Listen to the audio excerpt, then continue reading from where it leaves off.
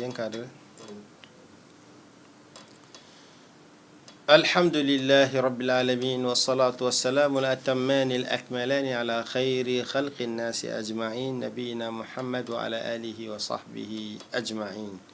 Wa ba'du, assalamu alaykum wa rahmatullahi wa barakatuh.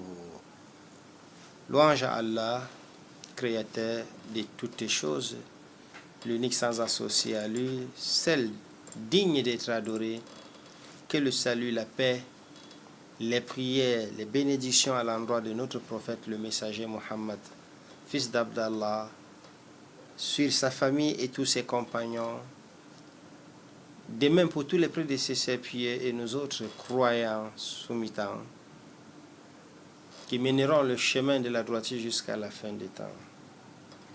Suite à quoi, pour cette assise numéro 26, dans l'enseignement de ces documents, Al-Manzoumatul Bayqouniya, fi Mustalah al-Hadith, ces documents avec 34 vers de poésie, où nous allons lire du début jusqu'à là où on s'est arrêté avant de continuer. L'auteur nous dit: Abda'u bilhamdi musalliyan ala Muhammadin khayri nabiyyin ursila wa dhi min aqsami al-hadith idda وكل واحد أتى وحدى أولها الصحيح وهو ما اتصل إسناده ولم يشذ أو يعل يرويه عدل ضابط عن مثله معتمد في ضبطه ونقله والحسن المعروف طرقا وغدت رجاله لا كالصحيح اشتهرت وكل ما عن رتبة الحسن قصر فهو الضعيف وهو أقساما كثر وما أضيف للنبي المرفوع وما لتابع هو المقطوع هو المسند المتصل الإسناد من راويه حتى المصطفى ولم يبن وما بسمع كل راو يتصل إسناده للمصطفى فالمتصل مسلسل كل ما على وصف أتى مثل أما والله أنباني الفتى كذاك قد حدثنيه قائمة أو بعد أن حدثني تبسم عزيز مروي اثنين أو ثلاثة مشهور مروي فوق ما ثلاثة معنعن كعن سعيد عن كرم ومبهم ما فيه راو لم يسم وكل ما قلت رجاله على وضده ذاك الذي قد نزل وما أضفته إلى الأصحاب من قول وفيل فهو موقوف زك ومرسل منه الصحابي سقط وقل غريب ما روى راو فقط وكل ما لم يتصل بحال إسناده منقطع الأوصال والمعضل الساقط منه اثنان وما أتى مدلسا نوعان الأول الإسقاط للشيخ وأن ينقل عمن فوقه بعن وأن والثاني لا يسقطه لكن يصف أوصافه بما به لا ينعرف وما يخالف ثقة فيه الملا فالشاذ والمقلوب قسمان تلا إبدال راو ما براو قسم وقلب إسناد لمتن قسم والفرد ما قيدته بثقة أو جمع أو قصر على رواية وما بعلة غموض أو خفى معلل عندهم قد عرف وذو اختلاف سند أو متن مضطرب عند أهيل الفن والمدرجات في الحديث ما أتت من بعض ألفاظ الرواة اتصلت وما روى كل قرين عن أخيه مدبج فاعرفه حقا وانتخي. Le dernier vers, c'est le thème de cette assise numéro 26, l'explication de ce qu'on appelle Al-Hadith al-Mudabbaj. وما روى كل قرين عن أخيه مدبج فاعرفه حقا وانتخي وما روى كل قرين عن أخيه مدبج فاعرفه حقا وانتخي. Al-Hadith al-Mudabbaj. Après avoir parlé sur la dernière assise, sur le Hadith al-Mudraj, cette fois-ci nous sommes avec ce qu'on appelle Al-Hadith al-Mudabbaj. Et dans ces différents termes depuis le début, ça, à ce niveau, c'est le thème numéro 20, ou le sujet numéro 27, la catégorie du Hadith numéro 27, et en même temps qui se retrouve également au niveau du 27e vers وما روى كل قرين عن أخي مدبج فاعرف حقا وانتخي.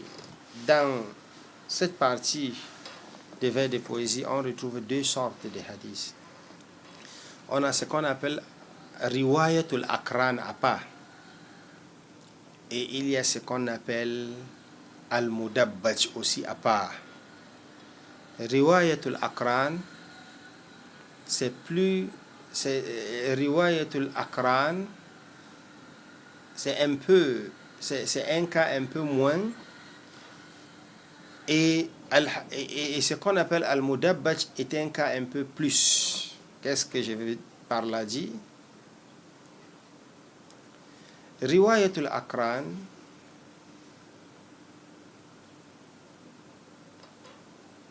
dans le riwayatul akran, on peut, c'est-à-dire dans le mudabbaj, on peut considérer aussi le riwayatul akran. Tout hadith mudabbaj est en même temps riwayatul akran, mais pourtant ce n'est pas tout riwayatul akran qui est mudabbaj. Donc mudabbaj est plus global, plus général. Mais qu'est-ce que ça veut dire? Ou quel est le profit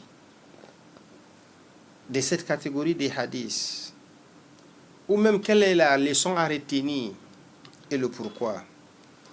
Al-mudabbaj min mabahisi al-isnad faqat. Lorsqu'on parle de mudabbaj ou bien al-akran, ça concerne seulement le isnad. Ça n'a rien à voir avec le matin. Ça n'a rien à voir avec le matin.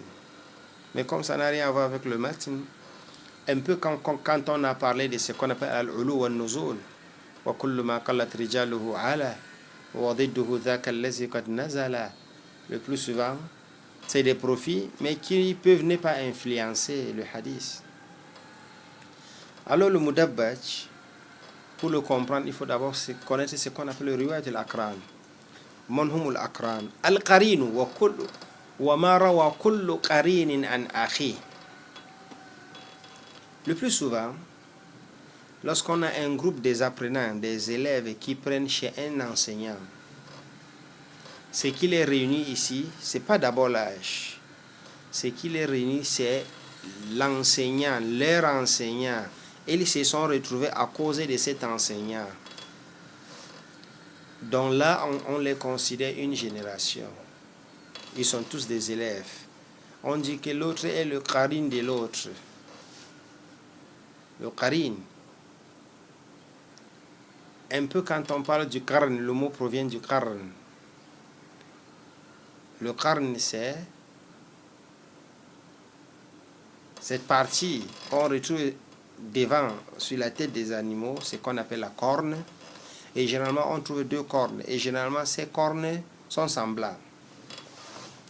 Et comme la corne est de deux côtés, celui-ci est exactement comme celui-là. Donc le mot qarin, c'est parce que cet élève est exactement comme cet élève. Ou bien cet enseignant est exactement comme cet enseignant. Ils partagent une même génération, ils font le même travail. Ils sont des collègues, si on peut utiliser le terme. Ils se retrouvent ensemble. En tant qu'élève, nous écoutons d'un enseignant. Mais quand un élève vient encore prendre une information, une riwaya, un enseignement chez un autre élève, on dit que riwayatul akran. On appelle cela riwayatul akran. La riwaya, cette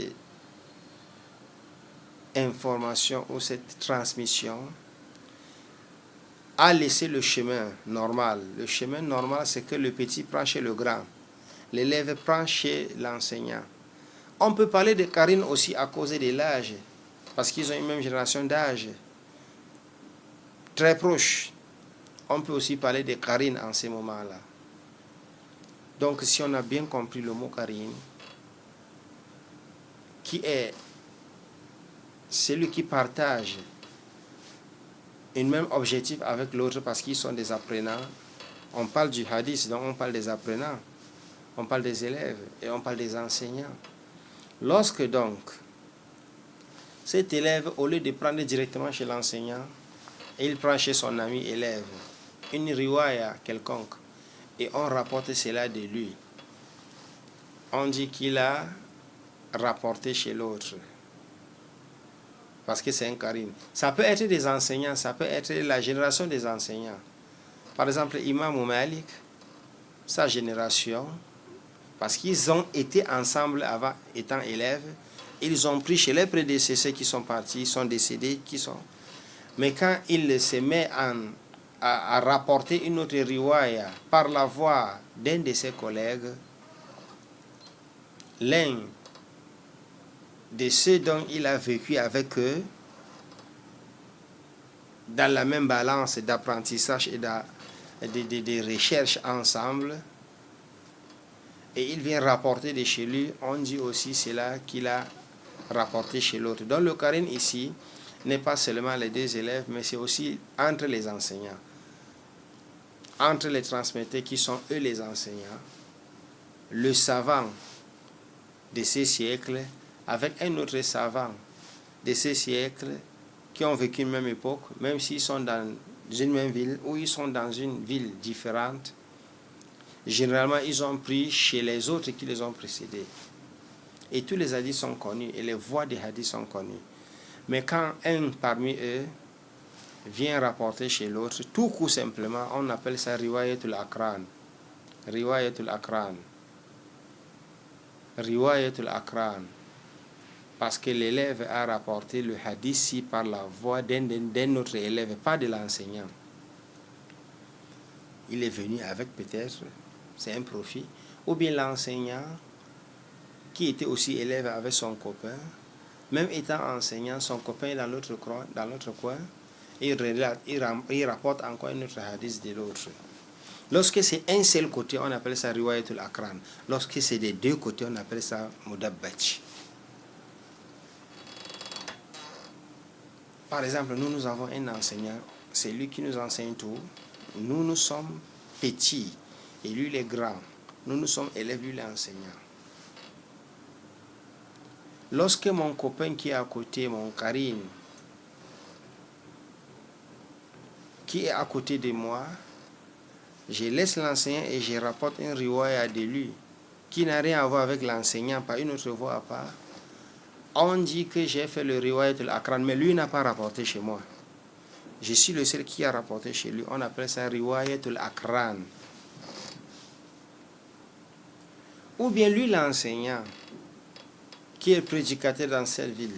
C'est la génération, la promotion d'un enseignant, d'un prédicateur.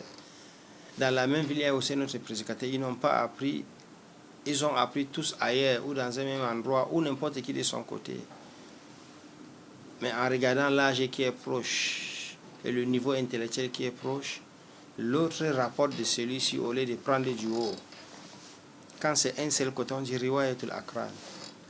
Mais lorsque les deux, chacun a eu à rapporter chez l'autre, c'est-à-dire moi j'ai transmis un hadith par sa voix et lui aussi il a transmis un hadith par ma voix, il a pris chez moi, moi j'ai pris chez lui, deux hadiths différents. En ce moment, on appelle cela al-mudabbaj. On appelle cela al-mudabbaj parce que chacun de nous a eu à rapporter de l'autre. Pourtant, ils sont les qarines, c'est ça la première condition. C'est très facile de comprendre cela. Deux élèves qui se retrouvent, par exemple, le niveau le plus bas, deux élèves qui se retrouvent au niveau coup moyen, donc ils ont un enseignant, ils sont appelés à écouter l'enseignant. Mais quand un des élèves apprend encore chez l'autre, on ne parle pas de répétition, on ne parle pas de la révision, on parle de nouvelles notions, de trucs, parce que c'est un nouveau hadith, c'est une voix. Vous voyez qu'on est sorti de la norme. C'est pourquoi ça a été affiché. Et le fait que ce soit affiché est important, parce que là, ça nous permet de connaître que c'est vrai ce qui s'est passé. Ce n'est pas une erreur. D'où vient le profit de connaître ces genres de hadiths? إذا ما هي فائدة معرفة المدبج أو رواية الأقران ألا يظن الخطأ في الإسناد. C'est le fait de ne pas penser qu'il y a erreur dans le isnad. Ce n'est pas une erreur, c'est vrai. C'est du genre de riwayat al-akran. Ou c'est du genre de riwayat al-mudabbaj. Al-aqran, parce que c'est un seul côté qui a pris chez l'autre. Al-mudabbaj, parce que les deux côtés ont pris chez l'autre. Donc, wa ma rawa kullu qarinin an akhi mudabbajun fa'rifhu haqqan wantakhi. Donc, lorsque chacun des deux côtés a rapporté chez l'autre, il a rapporté chez son frère, pourtant ils sont d'une même génération, pourtant ils sont proches en âge, pourtant ils sont ensemble, élèves qui prennent chez d'autres enseignants, et que l'autre a rapporté de l'autre, un seul côté, c'est le riwayat al-aqran. Mais quand ces deux côtés, chacun a eu à prendre de son frère, mudabbajun, fa'rifhu, à toi de connaître cela, toi l'apprenant, toi qui es en train d'apprendre ces documents, toi qui veux connaître dans le hadith, à toi de connaître cela en réalité. Il faut bien connaître cela, haqqan wantakhi, une manière de nous dire que ce n'est pas de l'erreur, mais c'est parce que il y a eu besoin à ce niveau. Il faut donc tamiser les choses, il faut connaître les choses telles qu'elles sont. Il y a donc une différence entre le mudabbaj et le riwayat al-aqran, parce que le riwayat al-aqran, lui, c'est un seul côté, le deuxième côté n'est pas là. Mais pourtant le riwayat al-aqran, le mudabbaj, c'est deux côtés. Directement, nous continuons avec le verbe qui suit, muttafaqun lafzan wa khattan muttafiq wa didduhu fi ma dhakarna al-muftariq. Parce que c'est aussi des mêmes, ce sont des petites notions à connaître et à ne pas négliger, et on n'a pas besoin de prolonger ici dans l'explication. Nous avons donc fini avec le mudabbaj, qui était aussi à côté de Akran. Même comme dans ces vers, il n'a pas parlé d'Akran, mais il fait allusion à cela déjà. Parce que quand tu entends la riwaya d'un Qarin, c'est deux. Le Qarin a rapporté de son frère Qarin sans que l'autre ne rapporte chez l'autre, c'est riwayat al-Akran. Les deux ont eu à rapporter chez l'autre, c'est le mudabbaj. Al-hadith al-mudabbaj. Muttafaqun lafzan wa khattan muttafiq wa didduhu fi ma dhakarna al-muftariq. Il y a ce qu'on appelle dans le hadith aussi al-muttafiqu wal-muftariqu. C'est un, c'est pas deux choses, c'est une seule chose. Al-muttafiqu wal-muftariqu. C'est pas comme ça sous-entend ici. Lorsque il nous dit muttafiqun lafzan wa khattan muttafiq wa didduhu fi ma dhakarna al-muftariq, non. Et ça aussi, ça concerne le isnad. Et précisément, ça concerne le nom dans le isnad. Donc ici, on a affaire à des noms qu'on retrouve au niveau de la chaîne de transmission. Cette catégorie de hadiths est focalisée là. Lorsqu'on trouve un même nom, Abbas, mais pourtant le Abbas, ce n'est pas le Abbas là, mais pourtant tous sont Abbas. Le transmetteur dit Abbas m'a informé. Et lui, ce transmetteur là, il a plusieurs enseignants qui s'appellent Abbas. Mais lequel des deux Abbas? Surtout si les deux ou les trois Abbas là, tous ne sont pas acceptés, tous ne sont pas conformes. Et il y a le da'if parmi eux. Là, il y a un problème. Quand il appelle le nom seul, sans une précision pour faire la différence, il dit Abbas. On réunit tous les trois Abbas. Alors les savants des hadiths ont trouvé l'importance d'évoquer des cas comme ça parce que ça se répète. Et ils ont appelé cela al-muttafiq ou al-muftariq. Yattafiquna fil ism wa yaftariquna fi shakhsiyya. Le nom, c'est le même nom, c'est pourquoi il y a ici ittifaq, unanimité. Parce que c'est un même nom. Les trois s'appellent Abbas. Mais est-ce que maintenant les trois Abbas sont une même personne? Non. Donc ils s'associent, ils se retrouvent, ils sont unanimes sur le nom, mais sur la personne, ils ne sont pas ensemble. Chacun est seul. Sur la personne, il y a iftirak, il y a divergence. Donc nous avons unanimité sur le nom, et nous avons une divergence sur la personnalité. Et on a dit que l'importance de connaître ceci, c'est parce que le concerné peut être le daïf, et le hadith sera daïf. Et si moi je pense que c'est plutôt l'autre deuxième qui n'est pas daïf, je ferai donc erreur de prendre ces hadiths et le mettre en pratique. Donc, cette forme, ou bien cette partie, ça concerne l'homme, la personne, dans la chaîne de transmission. Et les savants des hadiths disent wal ilmu bihi amrun daruri. Ils disent que connaître ceci est très important. C'est pourquoi, lorsqu'on vient, on parle d'un rawi, et il y en a plusieurs avec le même nom, un peu ce qu'on appelle des homonymes, parce qu'ils ont un même nom. Ça peut se limiter au niveau d'un seul nom, et il n'a pas amené le nom du papa et autres. Ça peut être deux noms, peut-être tous les trois peut-être s'appellent Muhammad Umar, ou bien tous les trois s'appellent Abbas, ou bien tous les trois s'appellent Muhammad Abdullahi Umar. Et tous ces trois personnes-là sont les enseignants du narrateur, du transmetteur. C'est là où il y a confusion.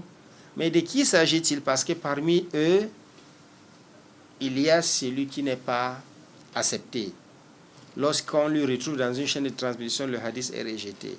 On a donc besoin de connaître c'est lequel de ceux-là. Et c'est donc pourquoi l'importance de connaître cette catégorie des hadiths appelés al-muttafiqu wal-muftariqu. Al-muttafiqu wal-muftariqu.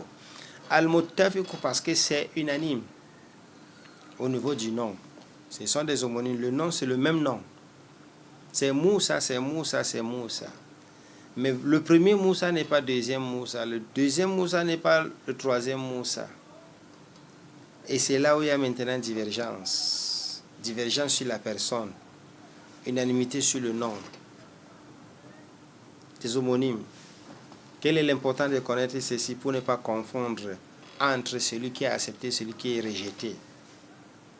S'il y a confusion ici, ça met en doute le hadith.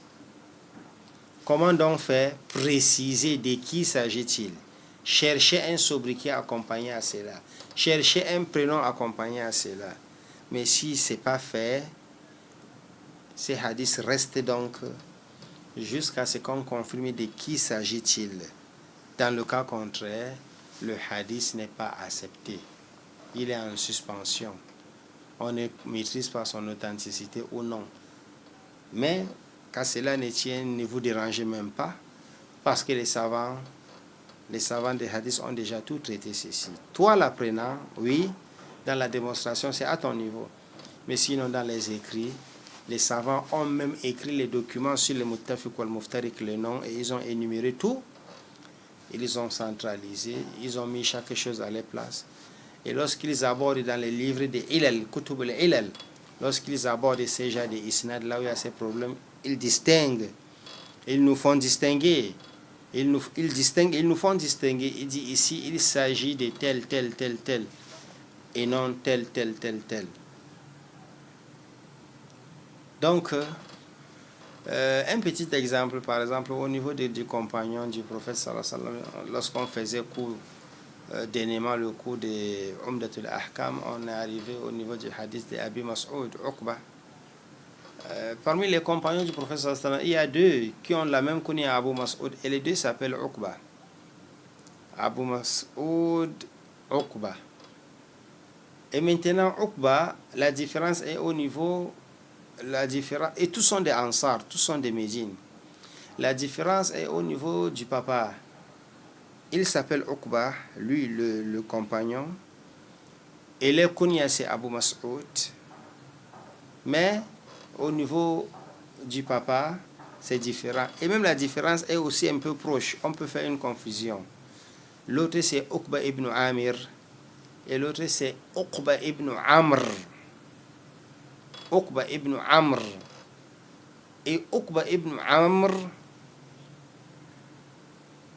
Abu Mas'ud ce n'est pas lui, l'autre qu'on a appelé Abu Mas'ud al-Badri. Al-Badri. Donc on fait la différence avec le nom du papa. Parfois, et je me rappelle ces jours-là, l'élève qui lisait le hadith au niveau de la mosquée, dans sa version, dans le document qu'il a, on a mis Abi Mas'ud Uqba ibn Amir.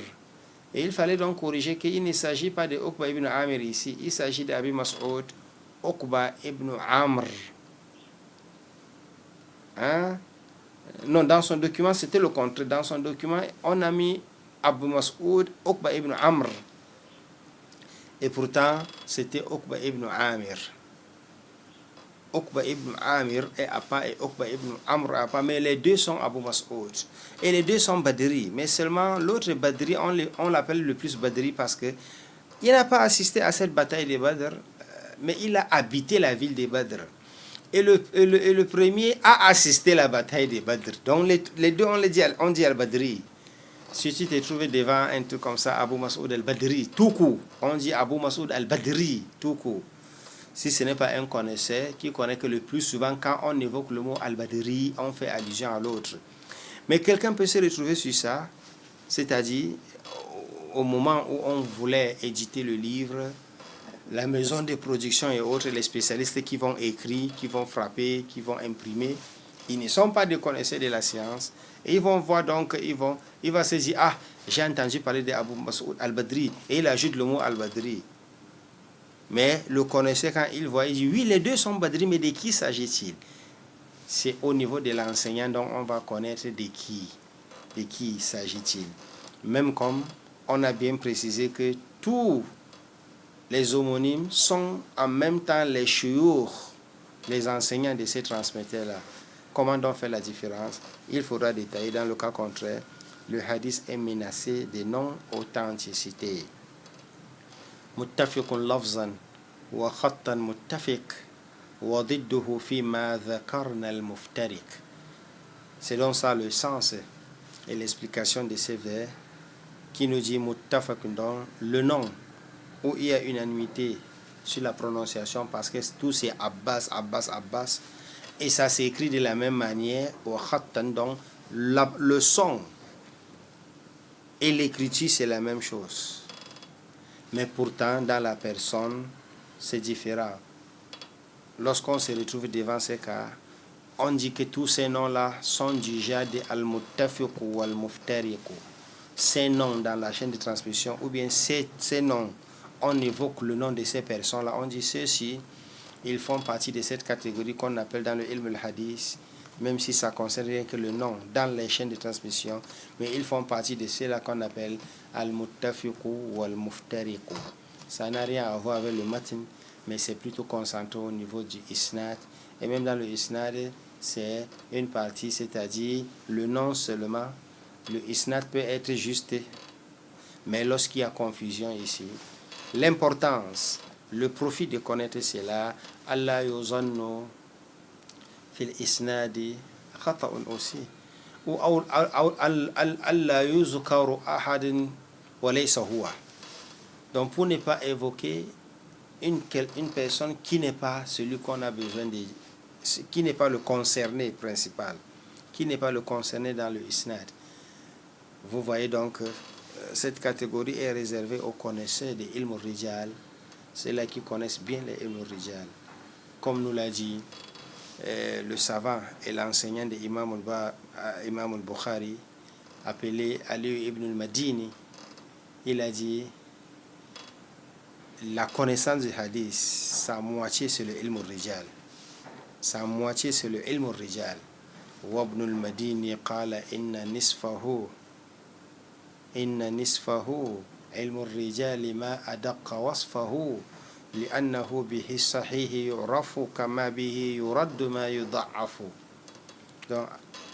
Dans cette manzouma de al-manzoumatu fi ilm al-jarh wa al-ta'dil, donc il dit que la connaissance de jarh wa al-ta'dil et la connaissance de ilm al-rijal c'est la moitié de la science du hadith. Ou précisément le jarh wa ta'dil là, la moitié de toute cette connaissance là, c'est la maîtrise des hommes et les noms. علم الرجال ما أدق وصفه لأنه به صحيح يعرف كما به يرد ما يضعف. Nous sommes au terme de cette assise numéro 27.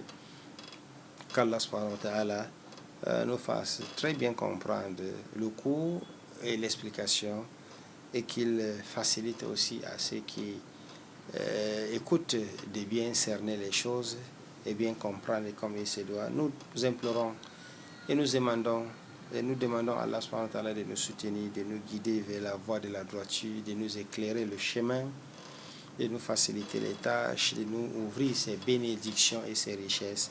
Subhanakallahumma bihamdik, ashhadu an la ilaha illa ant, astaghfiruka wa atubu ilayk. Wassalamu alaykum wa rahmatullahi wa barakatuh.